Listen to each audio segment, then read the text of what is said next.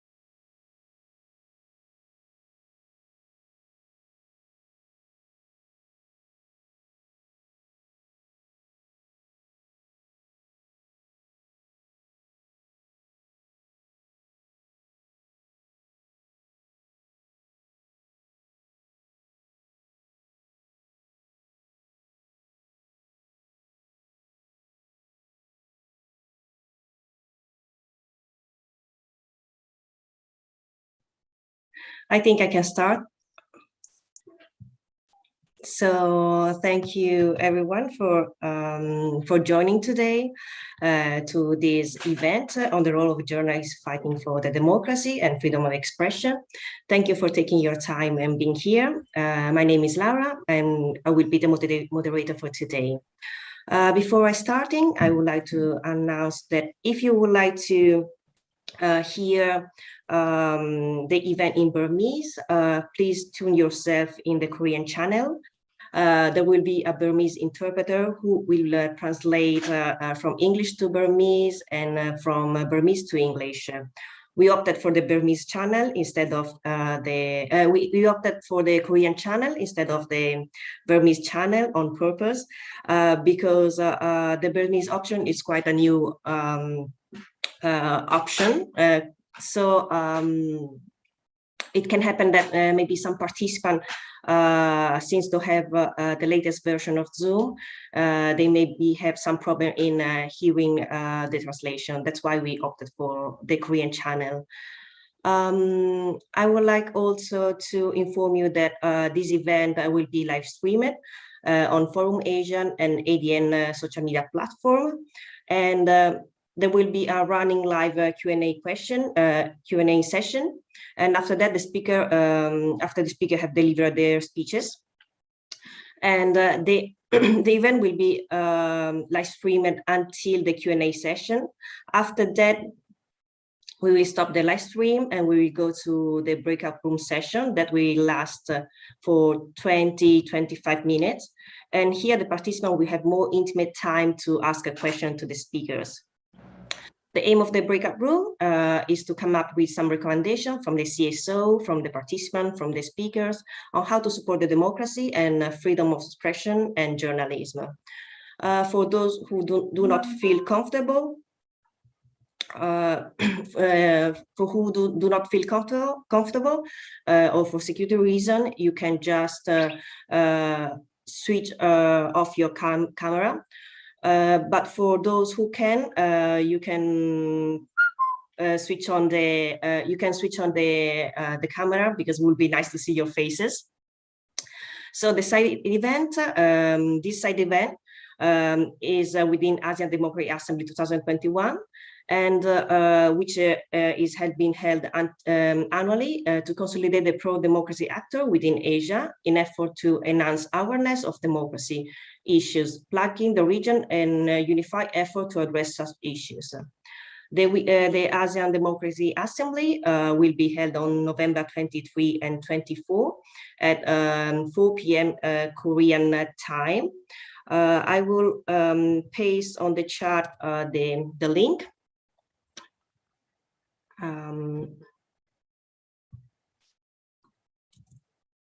So the first, sorry.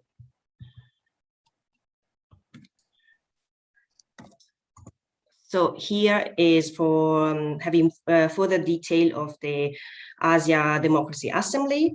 And here, the second link that I'm sending is the bit.ly link for register yourself to the event. Yes. So going back to the event of today, as everyone knows, 9 months have passed since the military took the power in Myanmar from the elected government in early February 2021. And since then, the independent media and press freedom has been destroyed, and Section 505 of the Penal Code has become the junta power against freedom of expression. The military has taken repressive action against local and foreign media, with several local and international journalists targeted for their jobs and forcing many of them in hiding or exile. According data available from Reporting ASEAN, the military has arrested 102 journalists since they took the power, and 31 are still detained since February 2021. While 11 media houses have been charged under Section 505 of the Myanmar Penal Code and had their license revoked or both. For this event, we will have 3 prominent speakers. We will have Kino Ma, the founder and chairperson of Progressive Voice, Sen Mai, editor-in-chief of Miki China News Journal, and So Mya, founding editor-in-chief and managing director of Mizima Media Group. Now I will go to give the floor to Kino Ma. Kino Ma is a Burmese activist and founder of and chairperson of Progressive Voice, a Myanmar human rights organization. Kino Ma has been a human rights practitioner and advocate since 1988. As a student activist in 1988, she took part in organizing the 8888 pro-democracy uprising in Myanmar. She studied at the Bard College at Simon's Rock, and she worked with Refugee International United States. So I would like to ask to Kino Ma if she would like to assess the situation of democracy in the past 9 months, and what are the key topics and trends that have come under the attempted coup. Thank you so much, Kino Ma. You will have 10 minutes starting from now. Thank you. Thanks. Thank you, Laura. Thanks. So for the last almost 10 months now, since this military attempted the illegal coup data, and they are not successful yet. I think it's important for us to keep in mind that this military coup is not successful yet, and they haven't taken control of the country, even though they are desperately trying. But since February, we can see that some progress of the democracy, that all cornerstones of democracy that Myanmar people has made in the last 10 years, including the media freedom, freedom of assembly and expression, have been under severely violent attacks by this illegitimate military junta. These attacks continue at a rapid pace as the junta tries desperately to gain control over the country through the brutal force and violence against the civilians, and through mass arrest, mass killings, rape and torture, as well as censorship and attacks on the media, of course. The juntas aim to silence critical voices, prevent the media from reporting on their atrocity crimes, and to control the narrative and flow of information to the people of Myanmar and abroad. Yet the information keeps coming out, as the people themselves are now reporting as citizen journalists, in addition to our courageous, brave media reporters and journalists. This junta has already killed at least 1,265 people, arrested over 10,000 people. Attacks and arrests continue almost on a daily basis. The crackdown on journalists being fierce, with cases of those working in the media being abducted to interrogation centers, then subjected to beating, torture. Of course, my media colleagues will talk about that. But also, it's important for us to also note that the junta abduct family members of democracy activists and supporters and demand ransom while planting mines under the bodies of civilians that they mercilessly killed. This junta, we have to know that, is nothing but a terrorist organization. And then a freedom of expression activist organization says since the coup, at least 129 people working in the media have been arrested, as Laura already mentioned. One key weapon against the journalists that we see is the use of laws, which this military junta as illegal terrorist organization has no authority to amend or enforce. Besides, the journalists in ethnic and conflict areas are at an even greater risk as they uncover the crimes of the junta that creates more higher risk for them. As I'm sure my media colleagues will also talk about that, so I won't go into details. But what I want to stress that the new amendment of those laws are so broad, they could effectively be used to criminalize everyone and anyone for posting something online, whether an individual on Facebook or Twitter or someone a part of a media organization. The aim is to have a blanket law to criminalize any online opposition to the junta and its illegitimate coup attempt. Furthermore, what we see is, for example, the sale of Telenor to M1 threatened the freedom of expression and freedom of information even more further, as M1 does not share the same values of responsible business practices or a commitment to the human rights. The junta has routinely ordered telecommunications providers to cut the internet, hand over confidential and private information of users, and block websites. Taking a step back to look at the larger context, the people of Myanmar are going through hell. While the junta has intensified the attacks against the Spring Revolution, as people continue to be very boldly defiant against them through daily street protest, and also there are many other non-cooperation actions, such as like refusing to pay taxes or boycotting the military products. The junta has expanded its military campaigns in ethnic areas and central and northwestern Myanmar, where local defense forces are engaging in defense war with the junta troops, many of them supported and joined by the ethnic armies. In response to this people's defense war, the junta is conducting a scorched earth campaign, burning villages, conducting airstrikes. Even now, before I came and joined you on this panel, I was watching this morning as air strikes in Sagai. They are conducting these airstrikes using advanced weaponry, including bombing civilians from fighter jets, using grenade-armed helicopters, setting villages on fire, but also using the people as a human shield and raping the women, you see. So since the beginning of October, they have built up troops in Northwestern in preparation for all-out offensives in the Northwest. And the ground situation shows us some parallels to the lead up to the genocide against Rohingya in 2017 that we're very worried. Chin State, in particular, bordering with India, has been among those ethnic states that are severely under the attack, because the Chin ethnic community's defense against this military junta has been very strong since the beginning. And thus now retaliation has been also extremely violent, including use of local people as human shields, but also other cruel tactics that is actually leading to the a deepening of the humanitarian crisis. And there are like a town like Tantalang in Chin State, pretty much almost the entire population of the town had to flee because of these attacks, for example. And recently for example, in Southern Shan State in Pekong, more thousands of people are fleeing. And since this attempted coup, we see that more than 250,000 people, 250,000, have already had to flee their homes and villages and towns due to these military attacks. In Karenni State alone, more than half of the population are now displaced due to the military attacks. But also there is another situation that people are facing is also because people are left to fend off the COVID-19 third wave without adequate healthcare or access to vaccines.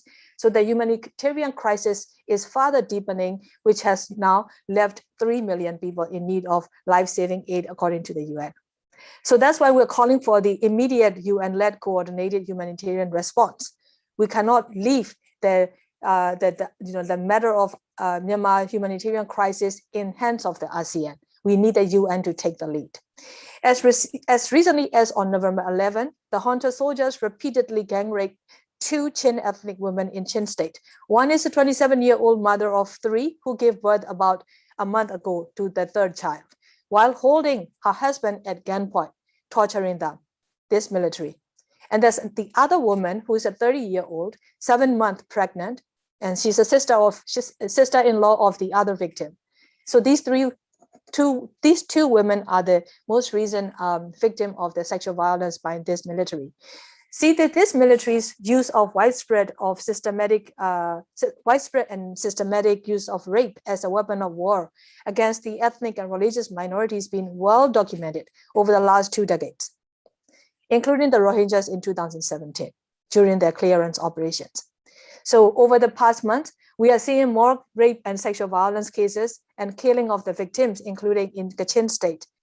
And now also we are getting the reports of the sexual assaults and sexual violence against the women and LGBTIQ democracy activists in detention.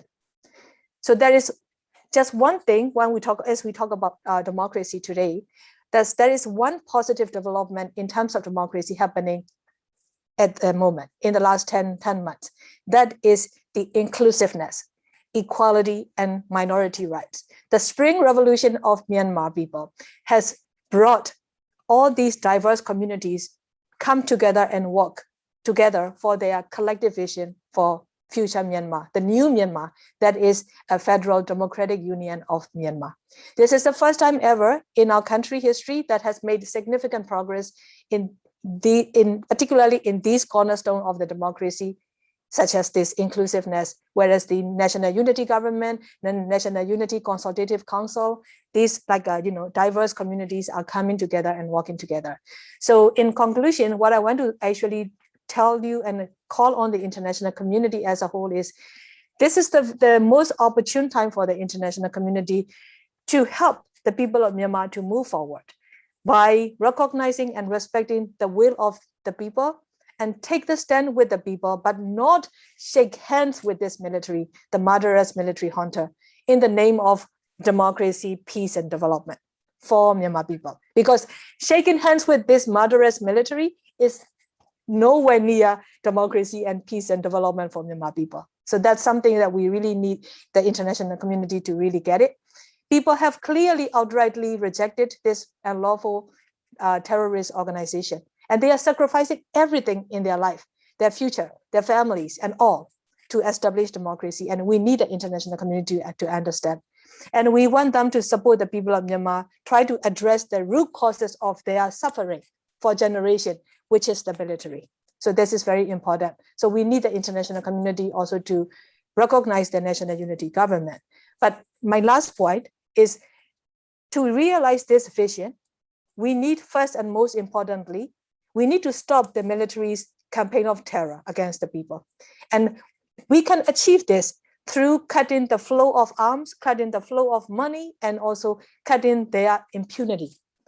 So in that, we need the international community to take a step up, take the step and make the concerted effort to cut all of these three things that this military can live long.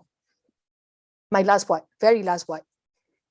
The international community, particularly the United Nations, including the UN agencies, the ASEAN, individual governments, as well as the international bodies and the INGOs who are present in Myanmar. We don't want them to do the following. We don't want you to do the followings. You as those entities that I just mentioned. We don't want you to lend any legitimacy to the junta. You must not do anything to normalize this illegal attempted coup. This includes signing the MOU with the junta in Naypyidaw and trying to seize the international funding and implement programs as if nothing ever happened, as if things are normal in Myanmar. We are seeing UN agencies such as UNDP and other agencies giving the chance or inviting the military junta representatives to attend international meetings, and even some international governments such as Canada, who should be the champion of democracy, are actually inviting this junta. And this is not acceptable. Is it a practice of democracy or is it a hypocrisy? We find this approach very disturbing. And also this is against the well-coded international principle of do no harm. Where is that principle in this kind of approach? It is an insult to our people. Our people do not deserve less than the full realization of their aspiration for democracy. And we call on the international actors, all the international actors, not to treat our people in that way. We're not less in their aspiration for democracy than the others, and then yourself in those democracy countries. So with that, I end here. Thank you. And Laura, back to you. Thank you so much for your speech, Kinomar, for assessing the situation of democracy over the past 9 months and highlight the trends and key topics that have emerged as a result of the attempted coup. And also thank you so much for highlight how the use of the law that has been amended has been used against journalists, against the people of Myanmar. And thank you so much for your strong call on the international community to stand with the Burmese people. Thank you so much, Kinomar. Now I would like to give the floor to our second speakers. I'm delighted to introduce to you Senmai. Senmai is editor-in-chief of Mitikina News Journal in Kachin State in Myanmar. In 2014, the 32-year-old co-founded the journal, the only regional independent newspaper in the state. She gained wide recognition for her work addressing women issues in conflict areas such as drug abuse, discrimination, and violence.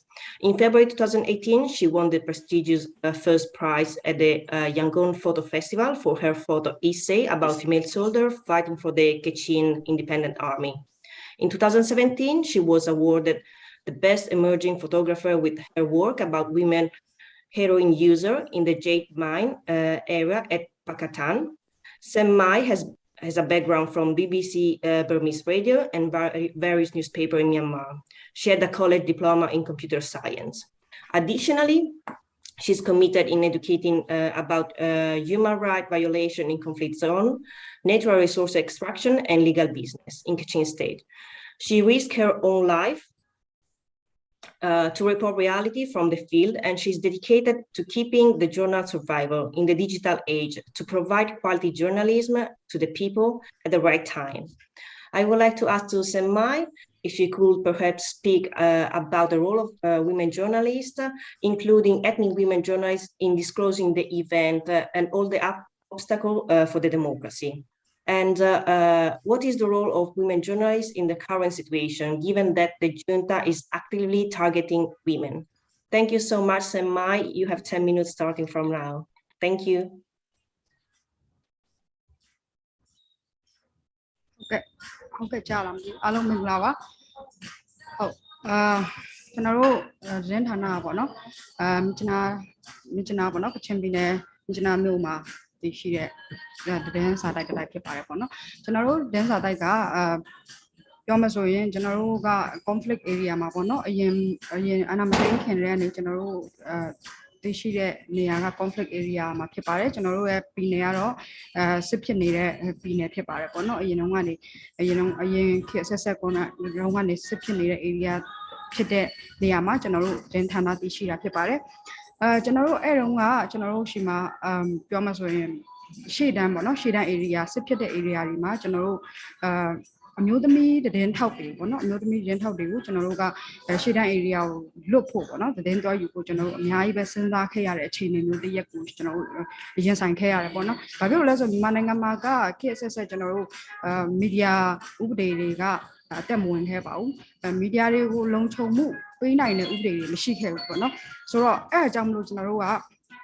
မျိုးသမီးတွေကိုရှေ့တန်းမှာတင်းတွဲယူဖို့ကျွန်တော်အများကြီးကျွန်တော်စဉ်းစားရပါတယ်ပေါ့နော်ဆိုတော့ဒါပေမဲ့လည်းကျွန်တော်ဖေဖော်ဝါရီလမှာကျွန်တော်ဆက်အာဏာသိမ်းလိုက်မတရားဆက်အာဏာသိမ်းမှုနဲ့ကျွန်တော်ကြုံတွေ့ခဲ့ရတဲ့အချိန်မှာပေါ့နော်ကျွန်တော်တို့ဒီအာဏာသိမ်းမတရားအာဏာသိမ်းမှုဟာအမျိုးသားတွေနဲ့ပဲမသက်ဆိုင်တော့ဘူးပေါ့နော်အမျိုးသားတင်းထောက်တွေနဲ့ပဲမသက်ဆိုင်တော့ဘူးကျွန်တော်တို့လုံခြုံရေးတွေကျွန်တော်တို့ကြည့်မနေတော့ဘူးပေါ့နော်အမျိုးသားမို့လို့ကျွန်တော်တို့ခွဲခြားရမှကျွန်တော်တို့ရှေ့တန်းလွတ်ရမယ်ဆိုတဲ့ဟာမျိုးကျွန်တော်တို့မရှိတော့ပါဘူး။ဘာဖြစ်လို့လဲဆိုရင်ကျွန်တော်တို့အမျိုးသမီးတွေကျွန်တော်တိုက်ဆိုရင်အမျိုးသမီးတွေပုံများပါတယ်ပေါ့နော်အမျိုးသမီးသတင်းထောက်တွေပုံများပါတယ်။ဘာဖြစ်လို့လဲဆိုရင်အဲ့လိုအာဏာသိမ်းလိုက်တဲ့ချိန်မှာကျွန်တော်တို့ရဲ့စိတ်ထဲမှာကျွန်တော်တို့ရဲ့သတင်းထောက်တွေတိုင်းစိတ်ထဲမှာရှိလဲဆိုရင်အချိန်နဲ့တပြေးညီကျွန်တော်တို့နိုင်ငံတကာကိုမိမောင်းထိုးပြရမယ်အချိန်ဖြစ်သွားပြီပေါ့နော်။ဆိုတော့မတရားမှုတွေကျွန်တော်တို့ပြည်သူတွေကိုဘလို့မတရားမှုတွေအနိုင်ကျင့်နေတယ်ဘလို့မျိုးလူခွင့်ရေးချိုးပေါက်တာတွေကိုအာဏာရှင်ကလုပ်နေတယ်ဆိုတဲ့ဟာကိုကျွန်တော်တို့မိမထုတ်ပြရမယ်အချိန်ဖြစ်သွားတဲ့ကြောင့်မလို့အမျိုးသားအမျိုးသမီးလို့ခွဲခြားနိုင်မယ့်အချိန်မဟုတ်တော့ဘူးပေါ့နော်တစ်ချိန်လုံးကကျွန်တော်တို့အဲ့လိုမျိုးတွေစဉ်းစားခဲ့တယ်ပေါ့နော်အမျိုးသမီးမို့လို့မလုံခြုံဘူးရှေ့တောင်းကိုမသွားနဲ့အမျိုးသားမှုပဲအမျိုးသားဆိုရင်လည်းပိုစစ်ဖြစ်မယ်ဆိုတဲ့ဟာမျိုးတွေကျွန်တော်တို့စဉ်းစားခဲ့ကြတယ်ပေါ့နော်ဒါပေမဲ့ဒီနလပိုင်းမှာကျွန်တော်တို့ဒါတွေမစဉ်းစားနိုင်တော့ဘူးပေါ့နော်အားလုံးကျွန်တော်တို့ရှေ့တန်းထွက်ခဲ့ကြတယ်အမျိုးသမီးတွေအများကြီးကျွန်တော်တို့ရှေ့တန်းထွက်ခဲ့ကြတယ်ကျွန်တော်တို့ရှိမှာဆိုရင်အမျိုးသမီးသတင်းထောက်တွေကပုံများတယ်ပေါ့နော်ပြီးရင်ကျွန်တော်တို့အမျိုးသမီးတွေဟာရှေ့တန်းမှာlive လွှင့်ပြီးမှကျွန်တော်တို့အချိန်နဲ့တပြေးညီပေါ့နော်ကျွန်တော်တို့ live ကိုလွှင့်ပြီးမှကျွန်တော်တို့ကဘာတိအောင်ပြည်သူတနိုင်ငံလုံးတိအောင်ကျွန်တော်တို့တင်ဆက်ခဲ့တယ်ဆိုတော့ဘယ်လောက်ထိတောင်မှလူခွင့်ချိုးဖောက်ခဲ့တယ်ဆိုတဲ့ဟာကိုမျက်ဝါးထင်တက်တည်နေကျွန်တော်တို့ပြနိုင်ခဲ့တယ်ပေါ့နော်ဆိုတော့အခုချိန်ထိကျွန်တော်တို့ရဲ့ footage တွေကျွန်တော်တို့ရဲ့ရိုက်ခဲ့တဲ့ရှေ့တန်းက live တွေကိုအခုချိန်ထိနိုင်ငံတကာမီဒီယာတွေကသုံးနေတော့မယ်ကျွန်တော်တို့channel ကတော့ April လကနေစပြီးမှကျွန်တော်တို့ကိုတရားဝင် license သိမ်းပေးလိုက်တယ်ပေါ့နော်စစ်တပ်က license သိမ်းပေးလိုက်တယ်ဘာဖြစ်လို့လဲဆိုတော့အဲ့တုန်းကနေကျွန်တော်တို့ကအများကြီးကျွန်တော်တို့ချင်းပြည်နယ်မှာရှိနေတဲ့လူခွင့်ချိုးဖောက်မှုတွေကိုစစ်တပ်ကလူခွင့်ချိုးဖောက်မှုတွေကိုကျွန်တော်တို့ကဘာတိအောင်ကျွန်တော် live လွှင့်ပြနိုင်ခဲ့တယ်ပေါ့နော်အဲ့အကြောင်းမို့ကျွန်တော်တို့ကိုမြောက်ပိုင်းတိုင်းကပြောတယ်မြောက်ပိုင်းတိုင်းတိုင်းကကျွန်တော်တို့ပြောတယ်ပေါ့နော် live မလွှင့်ပါနဲ့တခြားသတင်းရေးပါသတင်းရေးလို့ရတယ်ပေါ့နော်ဆိုတော့ဗီဒီယိုတင်ဆက်လို့ရတယ်ဒါပေမဲ့ live ကိုလုံးဝသူတို့ပေးမလွှင့် live လွှင့်ရင်ဖမ်းမယ်ပြစ်မယ်သူတို့ဒီလိုမျိုးကျွန်တော်တို့ချင်းချောက်ခဲ့တာရှိတယ်ပေါ့နော်ဒါပေမဲ့အမျိုးသမီးတွေဟာရှေ့တန်းမှာတက်ကြွကြွပဲ live လွှင့်ခဲ့တယ် live လွှင့်တာအရန်အန်ဒီများပါတယ်ဘာဖြစ်လို့လဲဆိုအဲ့တုန်းကပေါ့နော်ကျွန်တော်တို့ဥပမာတစ်ခုပြောရမယ်ဆိုရင်ကျွန်တော်တို့ဒီCDM လုပ်နေတဲ့ NASMA တွေပေါ့နော် NASMA တွေအဲ့ကျောင်းရှိမှသူတို့ဆန္ဒပြဖို့စုဝေးနေတဲ့အချိန်မှာစစ်တပ်ကနဲ့ရိုက်ပြီးမှ NASMA နေရာကိုခေါ်သွားတယ်ပေါ့နော်အဲ့အချိန်မှာကျွန်တော်တို့သတင်းထောက်အမျိုးသမီး2ယောက်ပဲဒါကို live လွှင့်နေပေါ့နော် live လွှင့်ပြီးမှကျွန်တော်တို့တင်ဆက်ခဲ့တယ် live လွှင့်တဲ့ချိန်မှာဒီမှာ live လွှင့်ရင်လည်း live လွှင့်နေတဲ့အချိန်မှာမြောက်ပိုင်းတိုင်းကကြည့်ရပေါ့နော်ကြည့်တော့ live ရဲ့တီနေရာပေါ့တီနေရာကိုဘယ်ကနေစလွှင့်နေလဲဘယ်နေရာနေလွှင့်နေလဲဆိုတော့ live ရဲ့တီနေရာကိုကြည့်ပြီးမှသူတို့ဟာပြန်ပြီးမှစစ်ကားတွေနဲ့ပတ်ပြီးမှသူတို့လိုက်ရှာတာမျိုးလုပ်ခဲ့ရပေါ့နော်အဲ့ချိန်မှာကျွန်တော်တို့ဒင်းထောက်အမျိုးသမီးတွေကသူများတွေအိမ်တွေဝင်ပြီးမှပေါ့နော်ဘိနာအိမ်တွေဝင်ပြီးမှကုန်းခိုခဲ့ရတဲ့အခြေအနေမျိုးတွေကျွန်တော်တို့ကြုံခဲ့ရတယ်ပေါ့နော်ဆိုတော့တကယ်တော့ live လွှင့်တာအရင်အရင်များတယ်ကျွန်တော်တို့ရှိမှာအဲ့တုန်းကဖြစ်ခဲ့တဲ့ ဖေဖော်ဝါရီလနဲ့ April လအတွင်းမှာဖြစ်ခဲ့တဲ့အထီးယုံတွေအားလုံး live လွှင့်ခဲ့တာအမျိုးသမီးတွေပုံများပါတယ်ပေါ့နော်ဆိုတော့ကျွန်တော်တို့ရှိမှာအမျိုးသမီးတစ်ယောက်ကတော့ထောင်ကျသွားတယ်ဟိုတလောလုံးကမှပြန်လွတ်လာတယ်ပေါ့နော်ဆိုတော့အဲ့အမျိုးသမီးဆိုရင်သူကိုရိုင်းနိုက်ကလည်းအိမ်မှာပဲဒီလိုအကြမ်းဖက်ပြီးမှလာပြီးမှ ခေါ်ခံရတယ်ပေါ့နော်သူကတော့ရှေ့တန်းမှာဖမ်းခံရတော့မဟုတ်ဘူးအိမ်မှာဝင်စီးပြီးမှသူ့ကိုအိမ်ကနေအင်အားသုံးပြီးမှပေါ့နော်အင်အားသုံးဆိုတာ10 ယောက်လောက်ရှိတယ်အရက်ဝတ်နဲ့လာပြီးမှဖမ်းတယ်ပေါ့နော်အဲ့လိုဖမ်းတဲ့အခြေအနေမျိုးတွေကျွန်တော်တို့ကြုံခဲ့ရပါတယ်ပေါ့နော်ဆိုတော့ကျွန်တော်တို့တိုင်းသားဒေသတွေမှာပေါ့နော်အဖမ်းခံရတဲ့အမျိုးသမီးတွေပေါ့နော်အဖမ်းခံရတဲ့အမျိုးသမီးတွေဆိုရင်အတန်တိတ်မှမထွက်ဘူးပေါ့နော်အတန်တိတ်မထွက်ဘူးဆိုတာမီဒီယာပေါ်မှာတိတ်မရောက်ဘူးကျွန်တော်တို့ထင်တယ်ပေါ့နော်အခုဥမာဆိုရင်ကျွန်တော်တို့အခုလောလောဆယ်ဖမ်းခံနေရတဲ့တောင်ကြီးကအမျိုးသမီး2 ယောက်ပေါ့နော်တာမီ2 ယောက်ဒင်းထောင်2 ယောက်ပဲသူတို့ရဲ့အတန်တွေဆိုပျောက်နေတယ်ကျွန်တော်တို့တိုင်းသားဒေသတွေမှာဖမ်းခံရတဲ့ဒင်းသမားတွေရဲ့အတန်တွေပေါ့နော်ဒင်းသမားတွေရဲ့အကြောင်းအရာတွေကိုမီဒီယာပေါ်မှာပြီးရင်နိုင်ငံတကာပေါ်မှာပျောက်ကွယ်နေရလို့ကျွန်တော်မြင်တယ်ပေါ့နော်ရန်ကုန်မှာရှိတဲ့တကယ်ပြည်ပမှာရှိတဲ့မီဒီယာတွေလောက်ပဲဖမ်းခံရတဲ့လူတွေရဲ့အတန်တွေပေါ့နော်ပို့ပြီးမှကြလောင်ထွက်တယ်လို့ကျွန်တော်ခံစားရတယ်ပေါ့နော်ဆိုတော့တိုင်းသားတွေဒေတာမှာရှိနေတဲ့မီဒီယာသမားတွေဒင်းထောက်သမားတွေဒင်းထောက်တွေရဲ့ဖမ်းခံရတဲ့အခြေအနေတွေအဲ့ဒါတွေကတိမ်မျိုးပျောက်ကွယ်နေတယ်လို့ကျွန်တော်ထင်တယ်ပေါ့နော်အဲ့ဒါတွေကိုပို့ပြီးကြလောင်ကြားစေချင်တယ်ပို့ပြီးမှကျွန်တော်တို့ဖော်ထုတ်တင်တယ်ပေါ့နော်အခုချိန်မှာဒီတောင်ကြီးကဖန်ခံရတဲ့မိသားစု2 ယောက်ရင်းထောက်2 ယောက်ဆိုရင်တာမီ2 ယောက်ပေါ့နော်လုံးဝပျောက်ကွယ်နေတဲ့သတင်းတွေကဗမာသူတို့ကိုချုပ်နှောင်ထားလဲဆိုတာကျွန်တော်မသိရဘူးပေါ့နော်အဲ့လိုမျိုးအခြေအနေတွေကျွန်တော်ရင်ဆိုင်နေရတာပါဟုတ်ကဲ့ကျေးဇူးပါ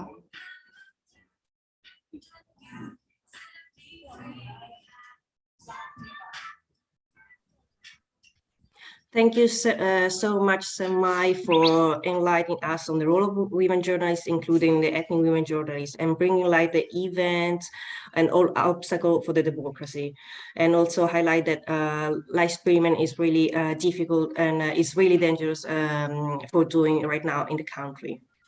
Thank you so much for your contribution. And now I would like to give the floor to our third speakers. I'm pleased to introduce Mr. Somya. Mr. Somya has been working in the media field since 1992 in different capacities from reporting, managing, and training. He was in exile for 24 years while the country was under military dictatorship. He founded Myanmar in New Delhi in India in 1998, together with Do Tin Ao, who is currently being detained in insane jail in Yangon by the military junta. In January 2012, Myanmar was the first exiled media to move back inside Myanmar after the country opened up to the democratic change. The military regime forcibly shut down its free-to-air Myanmar TV channel when it took the power on February 1st, 2021.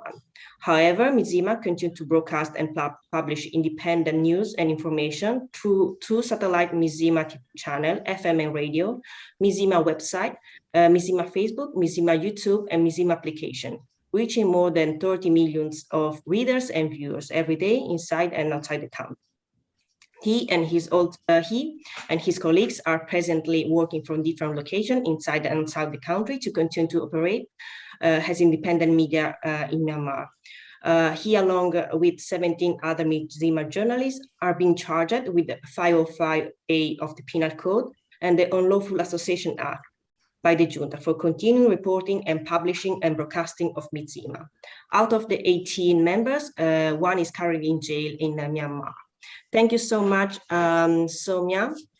I would like to ask you, acknowledging that Myanmar sent out in reporting news and by reaching millions of readers and viewers inside and outside the country, what is the view on Myanmar as a platform for pushing for democracy, and how is the role of Myanmar and how has evolved to report over the 9 past months? Thank you so much. You have 10 minutes starting from now. Thank you so much. Thank you, Laura. I'm very happy to see everyone, particularly my other 2 speakers, comrades and colleagues, Makin Oma and Samai. And also I'm very happy that this discussion is being organized by Forum Asia and ATN. which have been consistently supporting democracy and human rights all this time for many decades. And your support has been very critical and essential for the people in Burma, Myanmar. And with your support, I believe Burma, Myanmar will be one day restored with a democracy. And so before I talk about our work and others, I would like to request to continue your steadfast support to the work that Burmese people are struggling and fighting for. I'm very happy to talk about Myanmar, but it is not Myanmar alone that has stand out or have worked. Many independent journalists, editors, and many independent media outlets have been struggling, and they have done very well, I must say, in the last particularly 9 months or 10 months after the coup, in resisting against the repression by the military regime. They have done. So we recognize the role of media, independent media in the country. As Sanmai has mentioned, many journalists are still continuing their work, taking their risk. Nowadays, to be a journalist or independent thinker or a person who wants democracy, you have to not only risk your life, which may be in fact easier in one way, but you have to risk the family's life. You have to risk the everything. You have to cut those, we call it in Burmese, those attachments. Individual, you have to cut those, all this. Otherwise, you cannot fight because the repression is so brutal and inhumane that you have to sacrifice all this. So we salute everyone who are struggling in the country. And to talk about Myanmar, of course, I have noticed the strong desire of the Burmese people in and outside the country to get news and information regarding what is happening in the country under the military regime. From day one, military regime wanted us to stop or to die, to be killed. They immediately shut down our free-to-air channel. They revoked our license. They arrested our colleagues, including co-founder Dotente Aung. By the way, I'm very happy to say co-founder Dotente Aung was just released a few weeks ago because of your support, mainly. She was mentally tortured, I can say that much, during the interrogation, and finally she is released now. But the military regime didn't succeed in what they want to do. They wanted us to happen. They wanted us to stop. We continue our work. If we look at the number, from day one of military coup or attempted coup on 1st February over 9 months, more than 5 million new followers we have on Myanmar Facebook page alone. We have 3 pages, Facebook pages, and nearly 37 million videos alone. And Facebook page like Myanmar TV Facebook page, we gained like 900,000 followers in 1 month. Like our newsroom news package, like daily news package, we broadcast a 10 news package a day, 1 news package on, even on Facebook, we get 100,000 views within a few hours. And our satellite free-to-air channels is now, 2 channels is in the top 5 in the country. Why? Well, what these data are showing, these data are showing two things. One is the people taking their risk even are and they rely on this information to know, because there on the other side there is a total propaganda of the military regime. Second thing, it shows the work of the journalists continue their work despite the threats and arrest and torture that I mentioned. So that is very encouraging, and I'm personally very happy also to see that more and more young people are working into this field and striking for democracy. And for Myanmar, keeping with our long-term objectives, we aim to reach particularly women, youth, and marginalized population within Myanmar society. This is very important for us because we were living under the military regime, a successive military regime for many decades, with a propaganda that I used to say, I give my own example. My mother, when I was in university, always used to say, my son, if you get married, don't get married to a person who is from mountain. What that means is from ethnic area. And I was born, I lived under like that kind of thinking, and because of the propaganda by the military regime. And so we need to reach women, youth, we need to have the voices of the voiceless, and that is very important in our work. This focus is even more pronounced now given the generational nature of the current opposition to regimes inside the country. If we look at the situation, the recent situation in the country, with Daw San Suu Kyi sidelined, youth now forging their own struggle for democracy outside of her image, seeking to permanently end military dominance of the country's politics and economy. Very important. We are not talking of compromise anymore.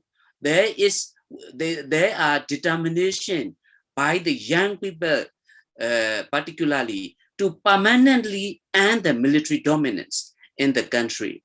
And the current opposition is largely characterized by a decentralized approach, which is keeping with a general goal of the realizing a diverse political playing field. And Myanmar, as an independent media, is serving as a platform for these young and diverse groups to air their grievances and show their intent, while also permitting for the diverse groups to interact with each other across media platforms. That is what Myanmar is doing. Myanmar platforms are the platform for voices of the voiceless and marginalized.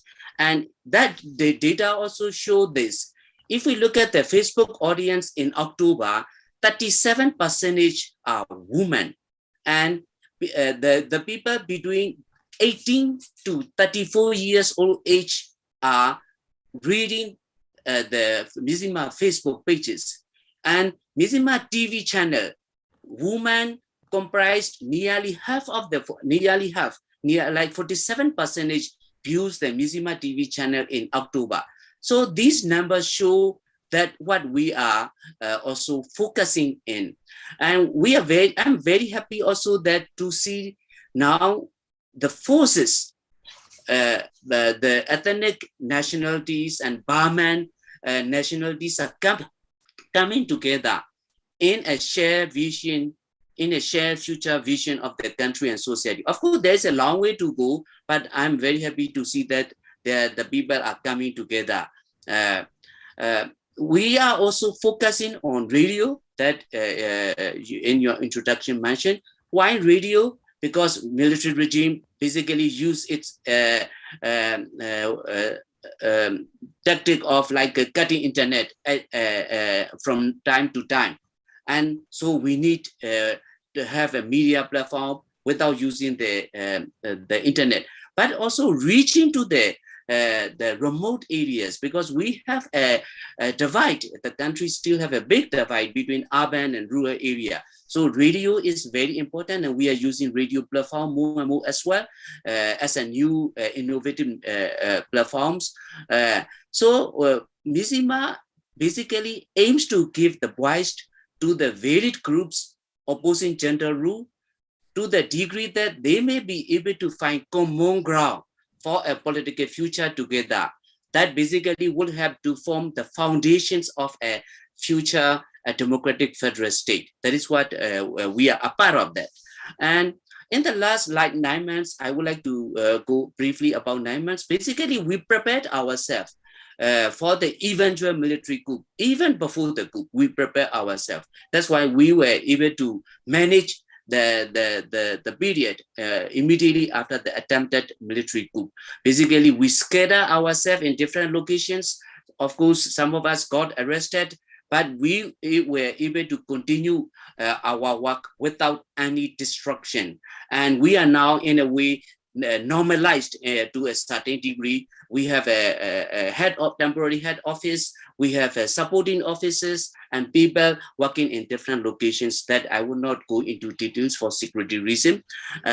But we also use the technology and smartphones to make sure that those journalists and editors and non-journalist staff are safe and secure, and while working under the regime. Let me stop here, and if you have any questions later, I'm very happy to answer them. Thank you very much. Thank you, Soumya, for your speeches and your comprehensive speeches on the role of Myanmar. I would like to now open the floor for everyone for Q&A live session. And yes, and if someone have some question, you can write in the chat. If someone you can write in the chat. Otherwise, also take the micro and take the floor.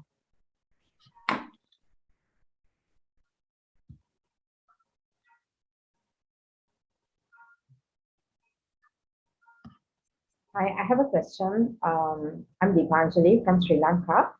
My question to Seng Mai, the second speaker. I'm very sorry if I mispronounce your name. The question I have for you is that you mentioned that there's a protest to actually live streaming. If you could explain why that objection to live streaming particularly, that would be very helpful. And to the very first speaker also, who said that whether this is democracy or hypocrisy, I think it was very interesting, the question she posed. I'm just curious if there is a distinction in the way the military junta and Taliban are treated, maybe not just in Myanmar, but also outside of Myanmar as well. So to know your thoughts, if there's a difference, and why, if there is the international, not so much recognition, but at least if they are including them in the forums, as you said, the junta, why would that be the case, to understand why that's happening that way. The last question I have is for all the panelists. Do you have trade unions or journalist associations in Myanmar who actually speak for the protection of journalist rights, especially now that all these issues are happening? And how effective are they? And do you still get financial support to continue to do the work, the great work that you are still doing? Or are there actually constraints that you have run into after what has happened? Thank you very much. It was very interesting to listen to all of you. ဟုတ်ကဲ့ပါကျွန်တော် live stream နဲ့ပတ်သက်ပြီးမှကျွန်တော်ဖြေလိုက်မယ်ပေါ့နော်ဒုတိယ international audit ကျွန်တော်တို့အဖွဲ့အစည်းတွေသတင်းဌာနတွေကိုပံ့ပိုးနေတဲ့သတင်းအဖွဲ့အစည်းတွေကြတော့ဆရာစိုးမြင့်ဖြေပေးစေချင်တယ်ပေါ့လေနော်ဆိုတော့ live stream နဲ့ပတ်သက်ပြီးမှ तू ကဘာကြောင့်မလို့ထိန်းချုပ်တာလဲဆိုတော့ live stream ကတော့ပေါ့နော်ပို့ပြီးမှတက်တည်ခိုင်လုံတယ်ပြီးနောက်တစ်ခုကတိတိကျကျရတယ်ပေါ့နော်ပြောမှဆိုရင် edit လောက်ထားမဟုတ်ဘူးပေါ့နော်အချိန်နဲ့တပြေးညီတနိုင်ငံလုံးတစ်ကမ္ဘာလုံးကိုစစ်တပ်ကနေနေတဲ့ဟာကိုတိတိကျကျကွက် ကွက်ကွင်းကွင်းမြင်စေတဲ့အတွက်ကြောင့်မလို့သူတို့ဒီ live stream ကိုထိန်းချုပ်တာဖြစ်တယ်ပေါ့နော် live stream ကိုသူတို့မလွင့်ခိုင်းစေချင်ဘူး live stream လွင့်တာနဲ့သူတို့ကဒီမှာရာဘာဂျီနဲ့ပြစ်တယ်ပြီးရင်သူတို့ဒီဟာကိုထန့်သားတယ်ပေါ့နော်ပြီးဖမ်းတယ်အဲ့ဒါကြီးလုပ်တယ်ပေါ့နော် live လုံးဝမလွင့်ခိုင်းပါဘူးပြောမှဆိုသူတို့ကပြီးသွားတဲ့အချိန်မှာဗီဒီယိုတွေ edit လုပ်ပြီးတင်ကိစ္စမရှိဘူးသတင်းတွေရေးပြီးတင်ကိစ္စမရှိဘူးဒါပေမဲ့အရှိတမ်းမှာ live လွင့်နေပြီဆိုရင် live လွင့်တဲ့ကောင်ဖုံးကင်ပြီးမှ live လွင့်နေတဲ့ကောင်တွေကိုသူကရာဘာဂျီနဲ့ live နေနဲ့လေးကွာရင်နဲ့ live ပြစ်တာမျိုးလုပ်တယ်ဆိုတော့အဓိကကတော့ပို့ပြီးမှတက်တည်ခိုင်လုံးနဲ့နိုင်ငံတကာမှာချပြတဲ့အချိန်မှာပြီးရင်တနိုင်ငံလုံးကိုချပြတဲ့အချိန်မှာဘလို့နိုင်နေနေတယ်ဘလို့တွေသူတို့တွေလူခွင့်ရချိုးဖောက်နေတယ်ဆိုတဲ့ဟာတွေကိုကိုယ်မြင်လို့ဖြစ်ပါတယ်ပေါ့နော်အဲ့ဒါကိုသူထိန်းချုပ်တာဖြစ်ပါတယ်ဟုတ်ကဲ့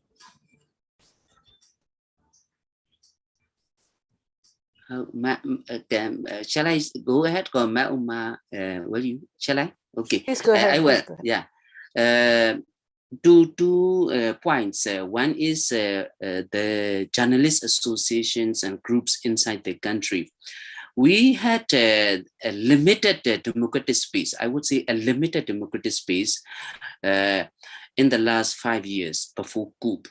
What we tried was to establish independent journalist associations and independent mechanisms, institutions.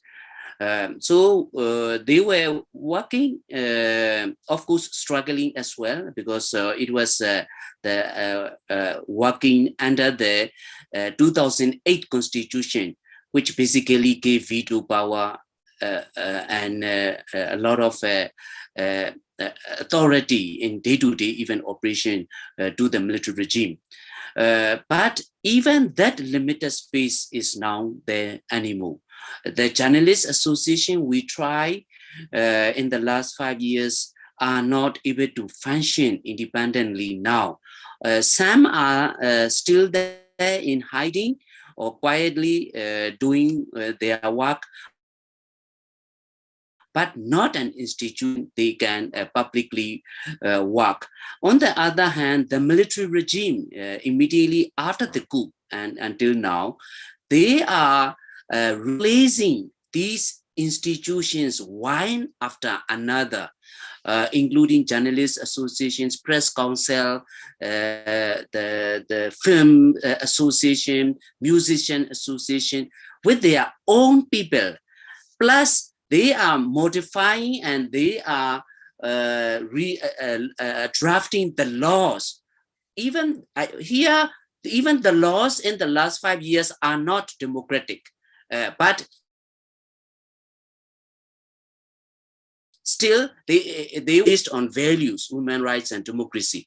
But military regime immediately after the coup, that we should not lose sight of that.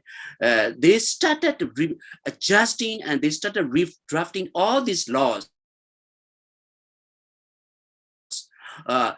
in power and to basically control the country tightly. For example, a country like North Korea. So that is one answer to the first question. Second one, in terms of support from international community, we are very happy to see that international community, and particularly those who have been supporting independent media and civil society in and outside the country, are very much aware of the changes and very much aware of what is happening on the ground. And we are very happy to see their support coming in right away, immediately after the coup. That's why we survived. That's why we were able to continue our work. Of course, still, is it enough? Not enough at all. Still, we need continued support, particularly to the ethnic media organizations and those who are working in very difficult situation, like for example, no internet, no television, no radio, but still trying to disseminate the information through mobile phones and chats and groups.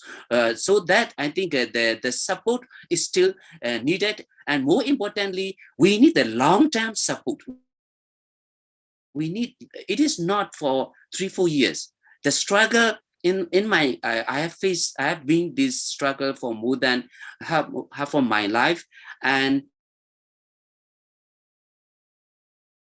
I will not be 6 few more years. I will not be surprised. So we need long-term support, because we are talking about the end of the military dictatorship. We are not talking about the adjustment or changes or reforms of the military dictatorship. That means we need the sustained long-term support from international community. Thank you.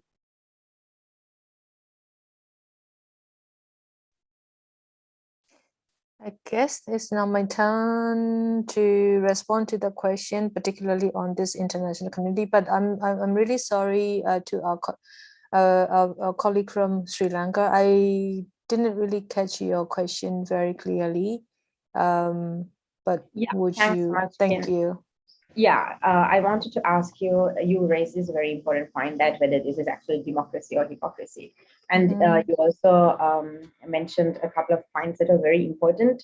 It actually made me think whether there is a difference in the way the military junta and Taliban are treated. Because from what you were saying, it looks like that when there is still invitations for the junta to attend various international events. I'm not too sure if it's the same for Taliban as well, but do you see any distinction between the way these two groups are treated, and also to elaborate on this international acceptance that may be extended to junta as well? Thanks so much. Okay, thank you. Yeah, yes, we see the different treatment. That's for sure. Like, I'm not so sure you catch the point in my sharing how this junta has been, the way how they act such inhumane acts is, they are nothing more than a terrorist organization. I said that is, for example, like, the civilians that they killed. Now after they kill the civilians, then they actually plant the landmine, cover with those civilians that they killed. So when people come, the villagers come, they see their villagers, their relatives and families. So they will try to, they will pick up their dead bodies, right? Of course, there's an explosion. So who will do such thing? So you can really compare. I mean, that's the very reason we're using, based on what they do.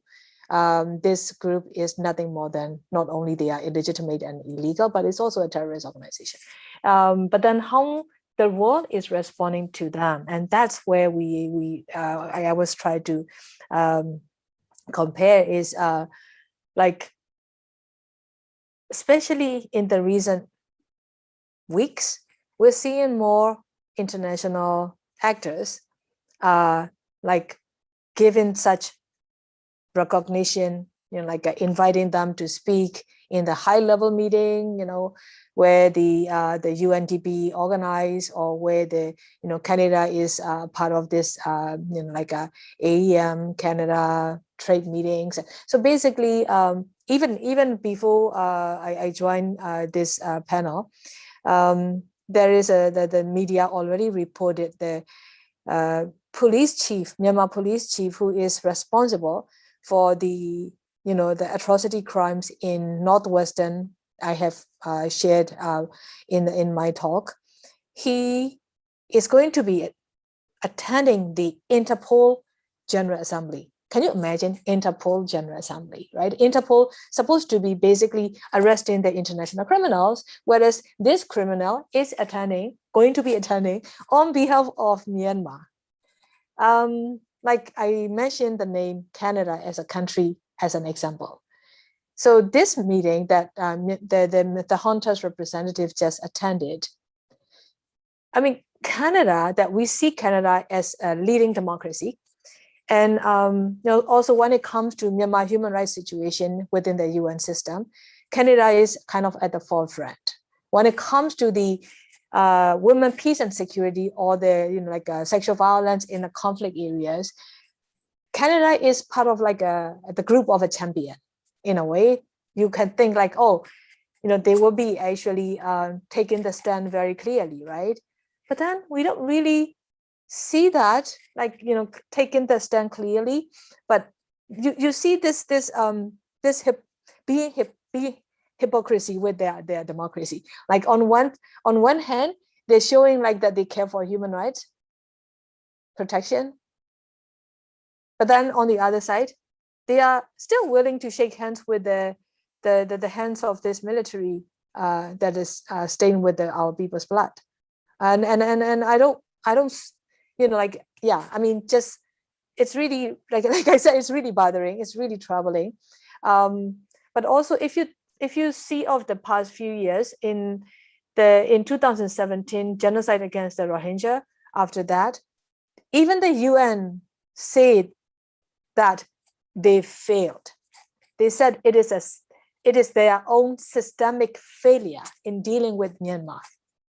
Well, look at all these UN agencies now in Myanmar.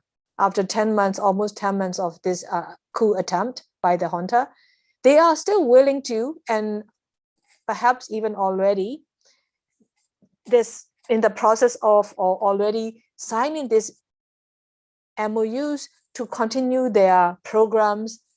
I mean, seriously, like what kind of programs that they want to implement for the people of Myanmar who are under severe violent attack by the military, that they are actually, in this revolution to, like Ko So-min said, is to really uproot this military tyranny.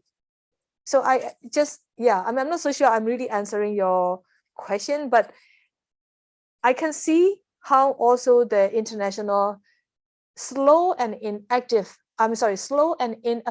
response, such as from the United Nations itself. You don't see, in spite of this very like a deepening multi-front crisis in Myanmar, you don't see the Secretary General of the United Nations taking the front role to address these issues. You don't see the UN Security Council, to discuss this matter in the very serious and as a matter of urgency. You don't see them doing that. So why? The question comes to be why, right?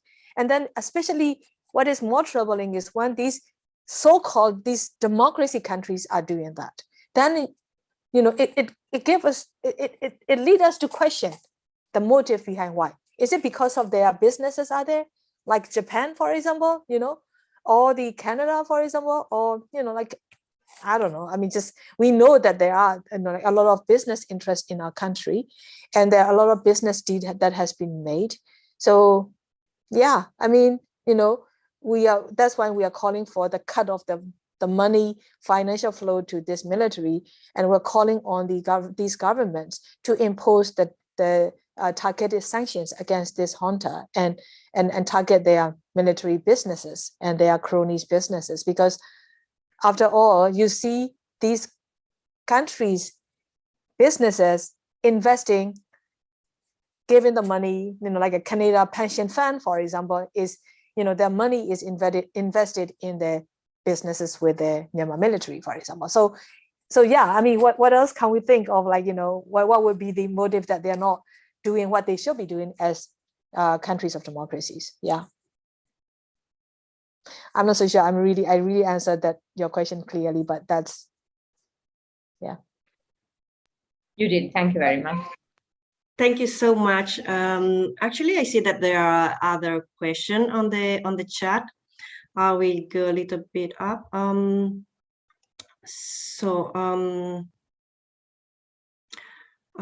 Wait. So the first question was from Corazon Ignacio. What is the media arm of the junta? Does it maintain its own communication network? It's a propaganda arm? If some of the speaker would like to answer to this question. Samai, will you, or should I? Or Ma? Should I?